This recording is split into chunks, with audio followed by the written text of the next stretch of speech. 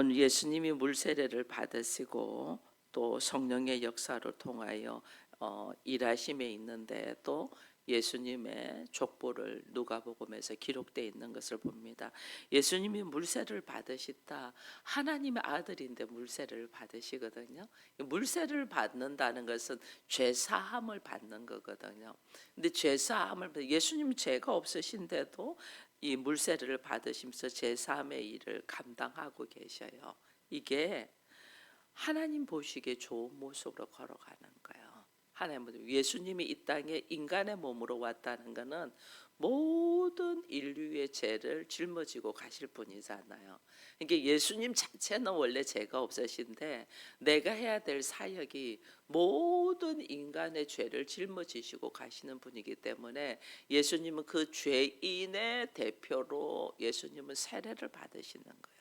죄 씻음의 역사가 있어야지, 죄 씻음의 역사가 있어야지 성령의 세례가 있으니까. 원래 예수님은 죄가 없으신 분인데 예수님은 사역이 죄인의 죄를 짊어지고 가는 거기 때문에 예수님이 그 모든 죄인의 죄를 사해 주기 위해서는 내가 뭐냐면 그 몸이 되잖아요. 예수님이 우리의 몸이 되셔서 우리의 죄를 짊어지고 가시는데 죄 씻음의 역사가 있어야지 성령의 역사가 있기 때문에 죄 없으신 분이 그 사역의 일을 생각하면서 물세례를 받으시는 거예요. 이게 하나님께서 나를 인간으로 보내주시고 죄인들을 위하여 사함을 받기 위한 이 내가 해야 될 사역인 것을 인정하시고 세례를 받기 때문에 철저히 하나님의 말씀에 순종하는 거잖아요. 그러니까 너는 내 사랑하는 아들이요 내 기쁨이다 그러는 거예요. 나는 죄인이 아니야. 근데 내가 하나님께 맡겨주신 사역이 죄인의 몸이 되어서 죽어야 되기 때문에 물세례를 받으시는 거죠. 우리는 나는 아브라함의 자손이야 나는 아니야 이러면서 우리는 버팅기고 말씀을 거절하고 회개도 안 하고 이러는데 주님은 나는 죄인이 아닌데도 하나님이 나에게 맡겨주신 사역, 죄인의 몸으로 와서 죄인들을 위하여 십자가를 지어야 되기 때문에 죄인의 몸이라는 것을 받아들이고 인정하고 물세례를 받는단 말이에요. 그러니 우리가 얼마나 자기 고집으로 자기 생각으로 나는 아닌데 하는 것이 얼마나 미련한지 몰라요. 나를 하나님의 부르신 목적이 있잖아요. 나를 부르심에 따라서 그 말씀에 의지하여 순종하여 걸어가야 돼. 그래야지 성령의 역사가 일어나거든요. 그러지 않고 다 자기 형편과 처지와 감정과 지식과 경험과 자기 생각으로 하니까 성령의 역사가 안 일어나는 거예요. 나는 그리하지 아니할지라도 내가 맡겨진 사역에서 하나님이 나보고 하라고 할 때는 철저하게 죄인의 모습에 내려가서 말씀에 의지하여 하나님 보시기에 좋은 모습으로, 우리들의 생각이 아니고 하나님 보시기에 좋은 모습으로 우리가 이렇게 걸어가야 돼. 그러니까 우리 주님이 내 사랑하는 아들이요 내 기뻐하는 자다. 그래서 우리의 삶의 모습은 예수 그리스도의 말씀에서 우리가 배우고 그리스도의 삶의 모습에서 나의 삶의 모습이 변화가 되어야 돼요. 이게 오늘 우리가 이제 신앙생활의 훈련이거든요. 요한의 세례는 회개 제사함의 세례입니다. 요한이 회개하라. 요한의 세례는 회개와 함께 제사함의 회개입니다. 근데 예수님은 그 세례는 불과 성령의 세례잖아요.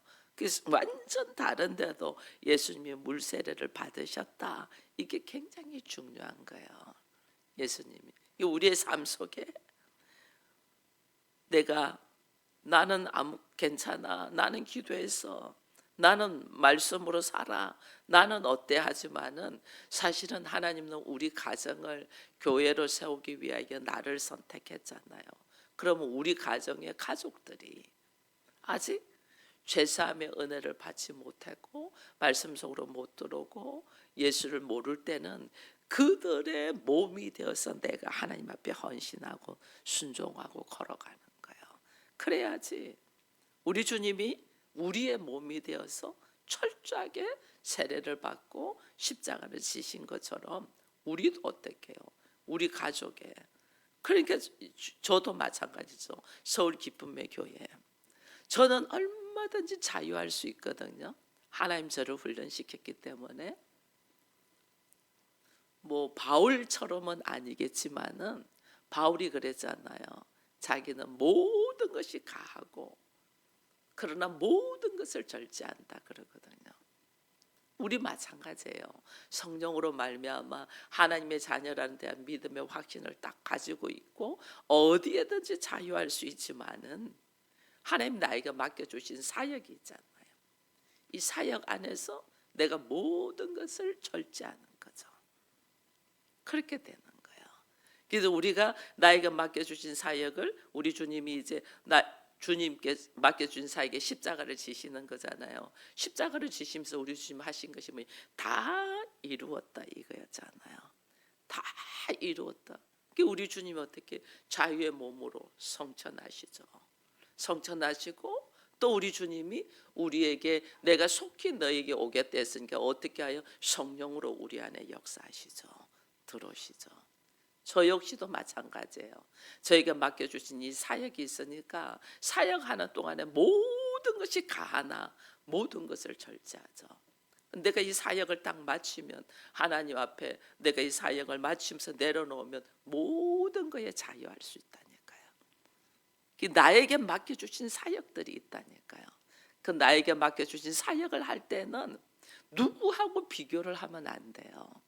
누구는 뭐 어떻게 한다, 누구는 나에게 맡겨주신 사역을 감당하기까지 나는 철저하게 모든 것이 자유하나 모든 것이 가하나 모든 것을 절제할 수 있어야 돼요. 그게 예수님이 지금 그러는 거죠.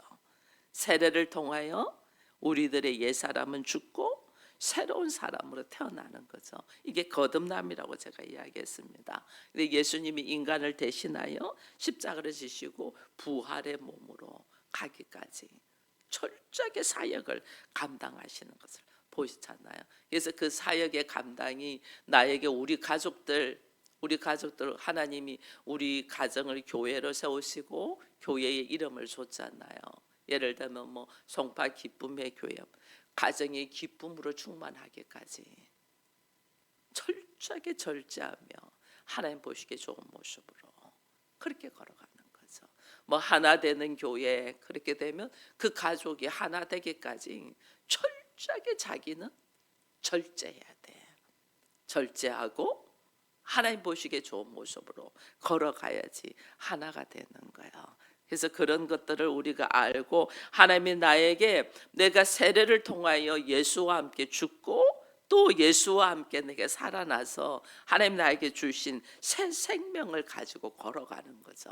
나의 원래 육체로 가지고 있는 생명은 능력이 한계가 있잖아. 예수께서 주신 생명을 가지고 내가 걸어가서 그렇게 걸어가니까 우리의 삶이 어떻게 해요? 이제는 내가 사는 것이 아니고 내 안에 그리스도께서 사시는 것이라. 그게 갈라디아서 2장 20절 말씀이잖아요. 내가 그리스도와 함께 십자가에 못 박혔다. 예수님이 십자가에 못 박힐 때 그걸 내가 믿고 영접하고 받아들였잖아요. 그럼 나도 어떻게 십자가에 못 박은 몸이 되고 내가 그리스도와 함께 다시 살아났은즉 이제는 내가 사는 것이 아니고 내 몸 안에서 누가 살아요? 예수 그리스도께서 사시죠. 그러니까 하나님 보시기에 좋은 모습으로 사셔야죠. 내가 사는 것이 내 감정, 내 생각이 아니고 내 안에 예수께서 사시니까 하나님 보시기에 좋은 모습으로 산단 말이에요. 그래서 예수님이 우리에게 주신 생명으로 누리기 위해서 내가 예수께서 어떻게 사셨나? 자기를 철저하게 내려놓고 사셨잖아요. 하나님이시면서 인간의 모습으로 사신 것처럼 우리도 이제는 내가 주께서 주신 생명, 이 생명으로 누리기 위해서는 나의 감정이나 나의 생각이 아니고 나의 환경이 아니고 하나님의 말씀으로 나를 내려놓고 걸어가는 거죠. 그래서 우리에게 그래 걸어갈 때 우리에게 부활의 영, 부활하신 예수 그리스도의 영, 성령이 나한테 돌아왔잖아요. 그래서 내가 부활의 능력으로 사는 거예요. 근데 부활의 능력으로 사는 자는 예수 그리스도의 고난에도 참여하는 자가 된다. 이 바울이 그랬잖아요.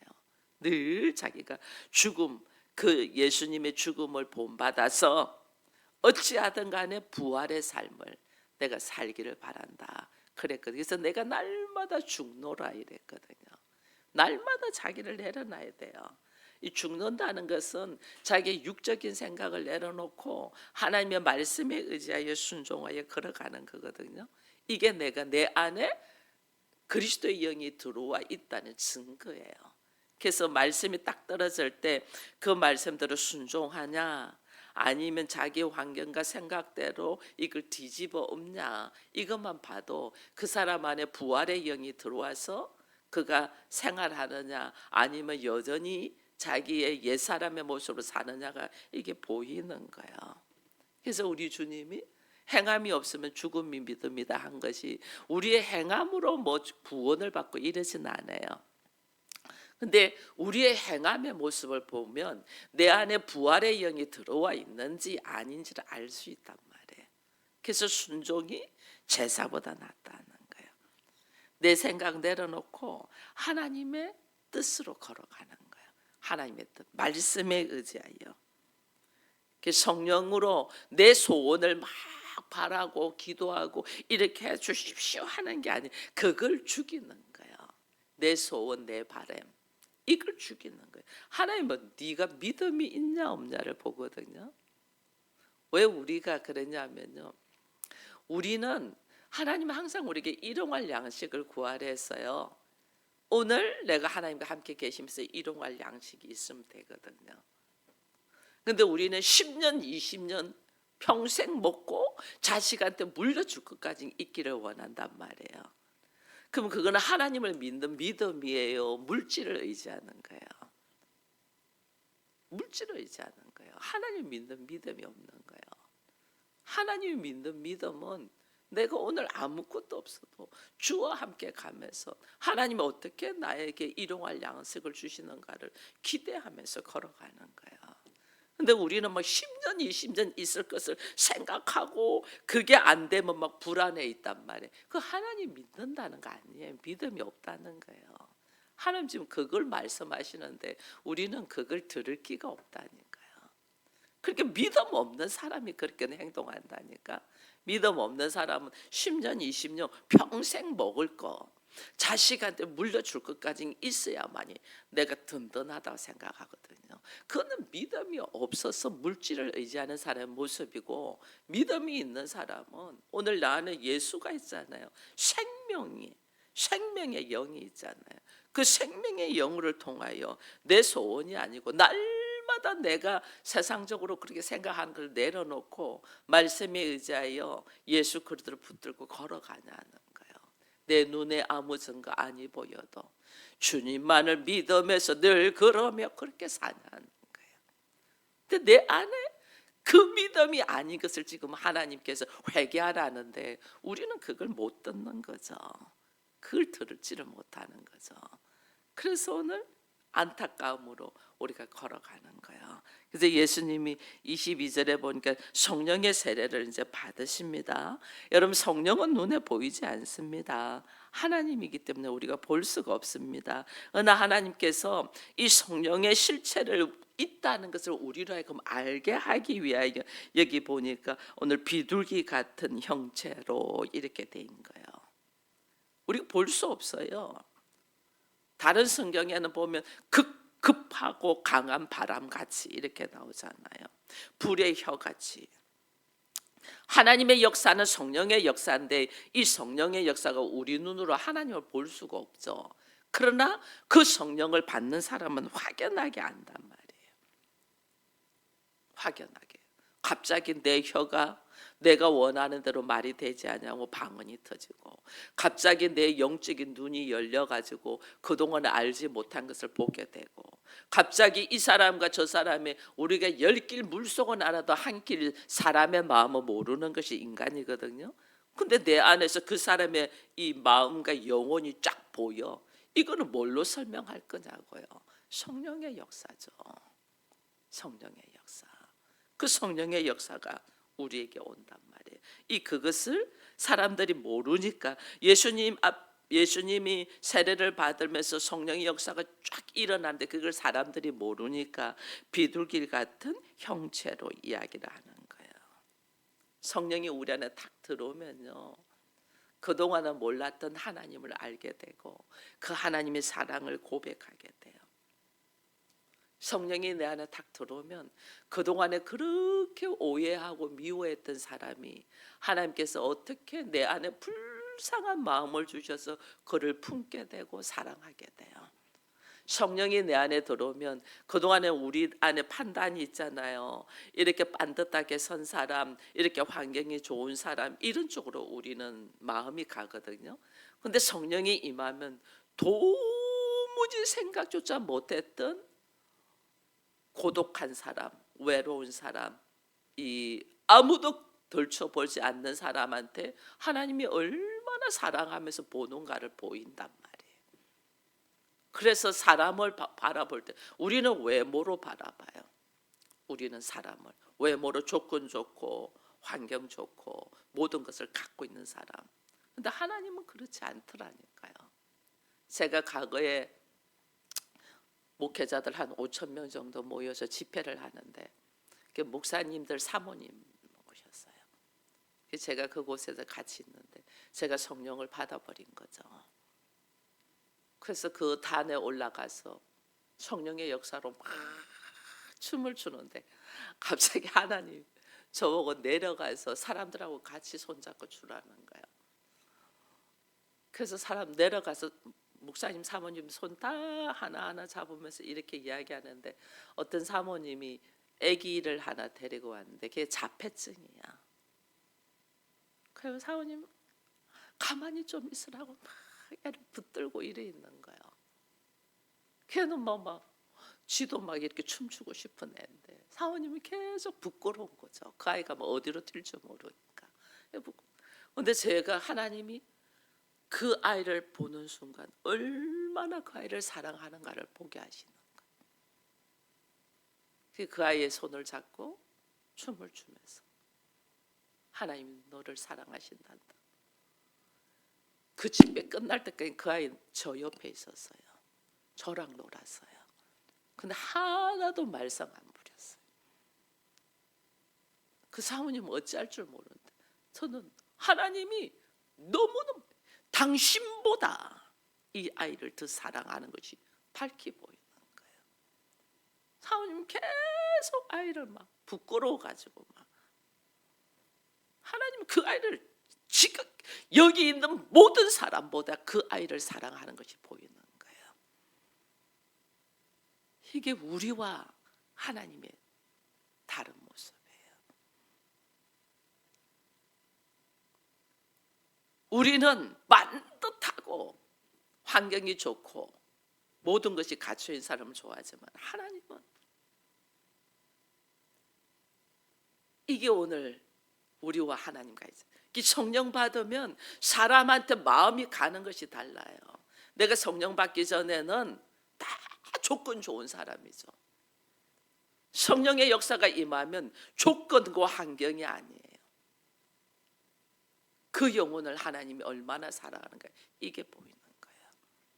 도무지 아닌데 그 영혼을 얼마나 사랑하는가 그게 보여서 그 영혼을 사랑하는 마음으로 내가 품어지는 거예요. 성령의 역사. 예수께서 어떻게 이 땅에 인간으로 오셔서 십자가를 감당하시겠어요? 하나님이 세상을 이처럼 사랑하는 것이 보였기 때문에 하나님이 이 부족한 우리 인간 스스로 아무것도 하지 못하는 이 인간을 얼마나 사랑하시는가 보였기 때문에 예수님은 십자가를 감당하시는 거예요. 아버지의 뜻과 합당하게. 그래서 인간의 몸이 되어서 죄인의 모든 것을 짊어지시고 세례를 받으시니 우리 하나님께서 이는 내 사랑하는 자. 근데 우리가 봐보세요. 예수님이 하나님이 이는 내 사랑하는 자, 내 기뻐하는 자고 우리 주님이 3번이나 이것을 우리 주님한테 말씀하셨거든요. 세례 받을 때도 그렇고 변화산에 있을 때도 그렇고 겟세마네 동산에서 기도할 때도 그렇고 내 사랑하는 자, 내 기뻐하는 자라고 3번이나.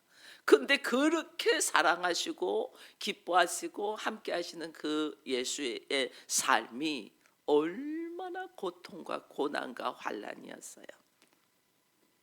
고난 받으셨잖아요. 가족들은 예수 보고 미쳤다고 했어요. 핍박이 막, 가족들의 핍박. 종교 지도자들은 예수를 보면서 귀신 들린 자라고 그랬어요.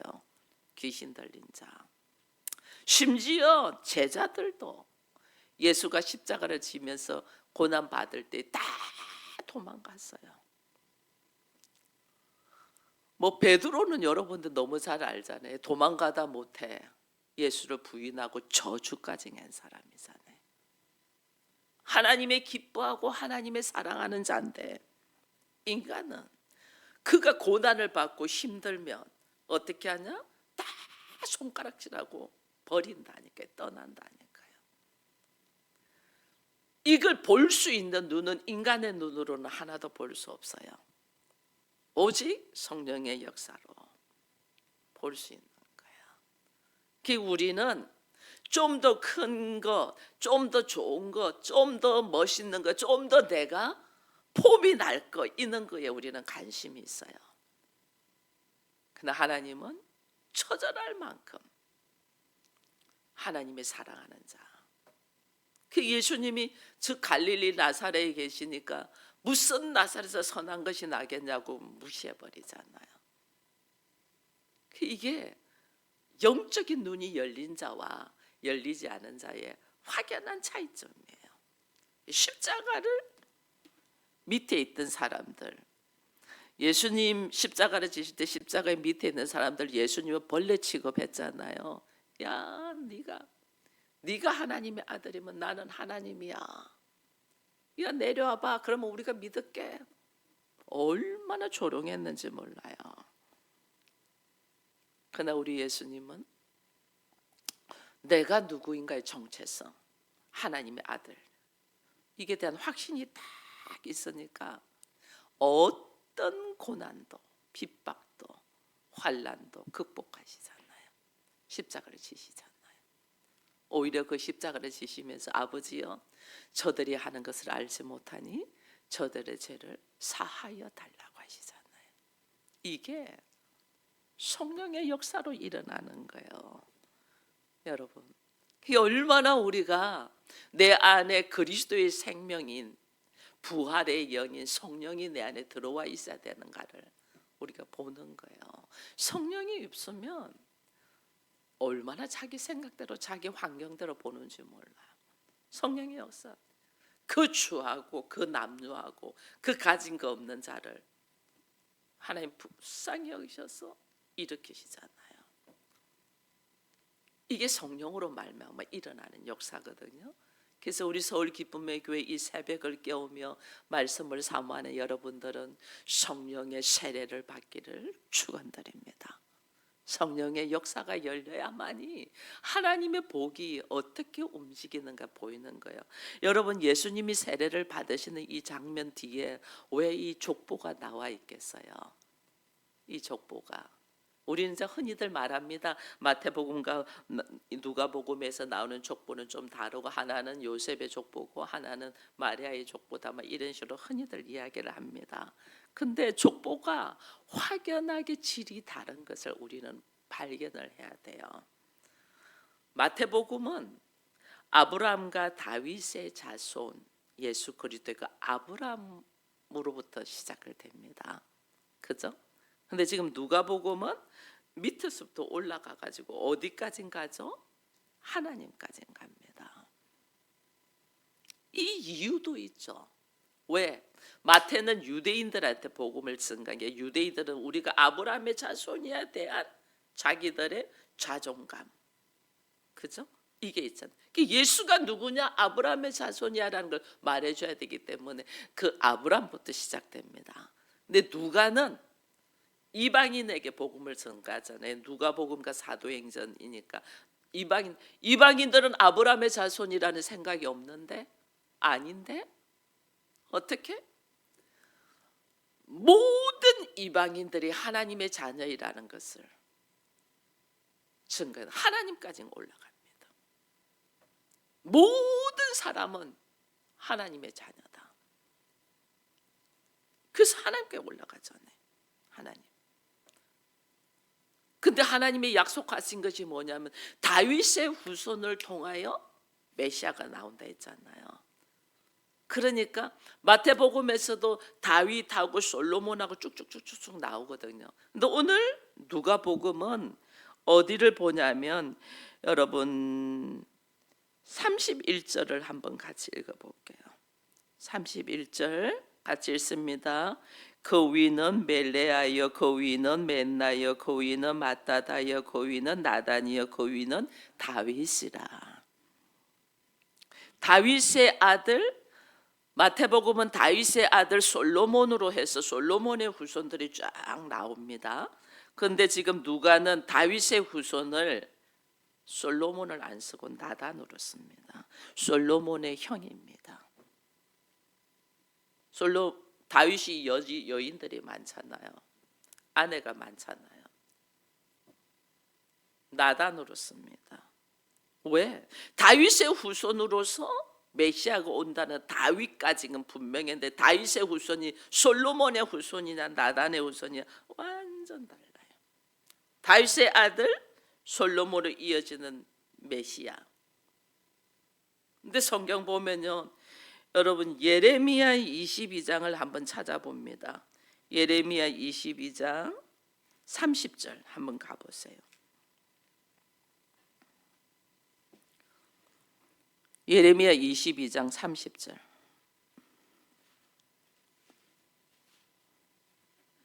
찾았으면 같이 읽습니다. 여호와께서 이와 같이 말씀하시니라. 너희는 이 사람이 자식이 없겠고 그의 평생 동안 형통하지 못할 자라 기록하라. 이는 그의 자손 중 형통하여 다윗의 왕위에 앉아 유다를 다스릴 사람이 다시는 없을 것입니다. 아멘. 이게 뭐냐면요, 솔로몬의 후손으로서 요시야의 아들 요하스, 요아김, 그 다음에 시드기야, 이런 사람들은 얼마나 악한 줄 몰라요.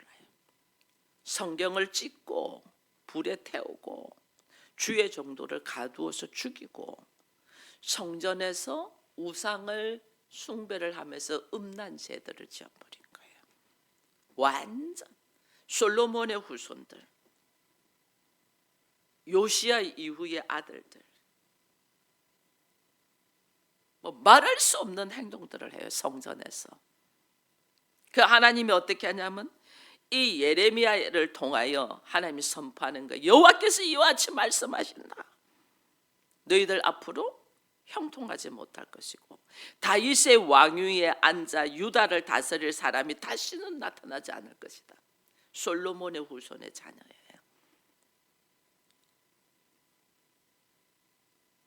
근데 하나님은 다윗의 후손을 통해서 메시아가 날 것이라고 했기 때문에 그 하나님의 말씀은 반드시 이루는데 솔로몬의 후손에서 나단의 후손으로 하나님이 축복의 통로를 돌려버려요. 이거 우리가 아셔야 돼요. 얼마나 우리가 말씀 가운데서 예수 안에서 내가 믿음으로 말씀에 의지하여 사냐, 그렇지 아니하고 자기의 생각대로 살고 주어진 환경대로 살고, 심지어 솔로몬의 후손 아들들이요 어느 정도였냐면요, 이 그 북쪽 이스라엘이 이 큰 대국과 합쳐가지고 잘 살았잖아요. 이세벨을 통하여 막 잘 살, 왕들이 부러워해요. 유다 왕들이. 그래서 자기들도 어떻게 하면 사돈을 맺어서 같이 할까, 이런 생각을 했어요. 하나님을 의지하는 게 아니에요. 형식적으로는 제사드리죠, 예배드리죠. 근데 의지는 뭐냐면 물질을 의지했고 세상을 의지했던 거예요. 그러니까 하나님은 어떻게 한다? 축복의 통로를 옮겨버려요. 다시는 너희들에서 유다를 다스릴 일이 없을 것이다. 축복의 통로를 옮겨버려요. 다윗의 후손은 후손 하나님의 약속을 지키는데 그 후손의 갈래를 완전 돌려버린, 솔로몬에 이어서 이어지던 물줄기를 막으시고 나단을 통하여 축복의 통로가 흘러나도록 하나님 막으신단 말이에요. 하나님은 나를 부르셔서 나를 통하여 생명의 역사, 하늘의 복의 역사를 주기로 하나님은 하셨는데, 이 나를 통하여 걸어가는 것들이, 이게 우리가 오직 말씀에 의지하여 걸어가지 않냐고 세상과 결탁되어 가지고 세상으로 걸어가려고 하면 어떻게? 하나님 그 축복의 통로를 바꿔버린, 이걸 우리가 모르니까, 이스라엘 백성들이 이걸 몰랐죠. 이걸 모르니까 우리가 유대인이야, 우리가 하나님의 선민이야, 우리가 아브라함의 자손이야 이렇게 했는데, 나중에 아브라함의 자손은 이 돌들로도 아브라함의 자손을 될 수 있게 한다 이랬잖아요. 그 지금 누구예요? 이방인인 우리에게 하나님의 믿음으로 말씀으로 붙들고 있는 우리에게 아브라함의 후손의 축복을 하나님은 허락하시잖아요. 그러니까 얼마나 우리가 말씀 속에서 바로 써야 되는데, 그게 아니고 나는 교회 다녀, 나 예배 드려, 나 뭐 기도하는데 천만에요. 내 안에 주를 향한 믿음과 말씀이 순수하게 있냐는 거예요. 양다리, 남녀 관계에서 가장 최악이 양다리 걸치는 거잖아요. 이 남자 저 남자, 이 여자 저 여자, 그 양쪽에서 다 알면 양쪽에서 다 쏟나버리잖아요. 근데 우리가 영적으로 양다리, 하나님한테도 걸치고 세상에도 걸치고, 이거는 완전 내가 멸망의 길로 가는 지름길이에요. 철저하게 말씀에 의지하여 하나님을 바라봐야 되는데, 말씀에 의지하여 사는 게 아니라 내가 뭘 의지하냐? 사람의 말과 물질을 의지하고 산다는 거예요. 믿음으로 내가 사냐는 거예요. 내 눈에 아무 증거 아니 보여도 믿음으로 가냐는 거예요. 근데 우리는 내 눈에 증거가 있어야 돼. 내 손에 잡히는 것이 있어야 돼. 10년 20년 평생 살 돈이 있어야지 평안한 거야. 이게 믿음 없는 증거라는 것을 지금 하나님은 말씀하시는데 우리가 깨닫지 못하는 거죠. 철저하게 성령의 역사로 하나님께서 역사하시는 일들 속에서 믿음으로 내가 어떻게 걸을 것인가를 생각하면 내가 뭘 선택하고 어떻게 행동해야 될까 딱 나와요. 근데 우리가 늘 뭘 해야 될지 모르고 우왕좌왕하고 계속 이런다는 거, 내가 믿음 없이 행동하니까 그런 거거든요. 하나님은 분명하게 말씀하시는데 우리는 하나님 말씀해 주십시오, 내가 말씀하면 순종하겠습니다, 왜 말씀 안 해주 이러고 있다는 게, 내가 왜냐하면 내가 원하는 뜻이 있는데 하나님은 그렇게 안 해주게, 내가 원하는 뜻으로 하나님께서 허락해 줄 때까지 우리가 기도하는 거예요. 그게 믿음 없는 모습이라니까. 철저하게 믿음으로 하나님께서 일하시면 어떤 역사가 일어나는가를, 내가 부활의 영으로 내가 생각도 못하는 역사들이 일어나는데 그것을 우리가 못 믿는 거죠.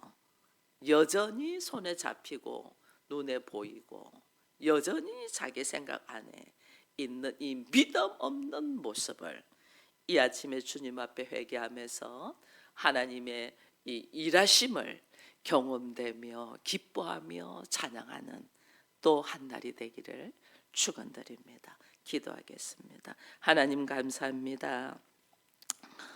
오늘 또 예수님께서 하나님이시면서 인간으로 몸으로 오셔서 죄 많은 인생의 모습으로 세례를 받으시니 하나님은 이는 내 사랑하는 자, 내 기뻐하는 자라면서 어떻게 축복의 역사, 하늘의 역사가 일어나는가를 보여주셨음을 감사합니다.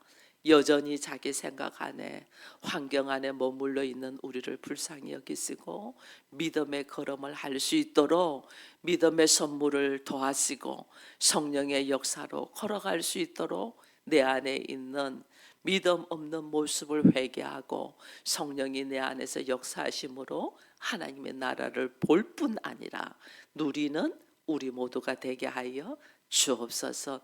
우리 주께서 우리를 통하여 일하실 것을 기대하면서 오늘도 나의 감정과 생각을 내려놓는 우리가 되기를 바라고 예수님의 이름으로 기도합니다.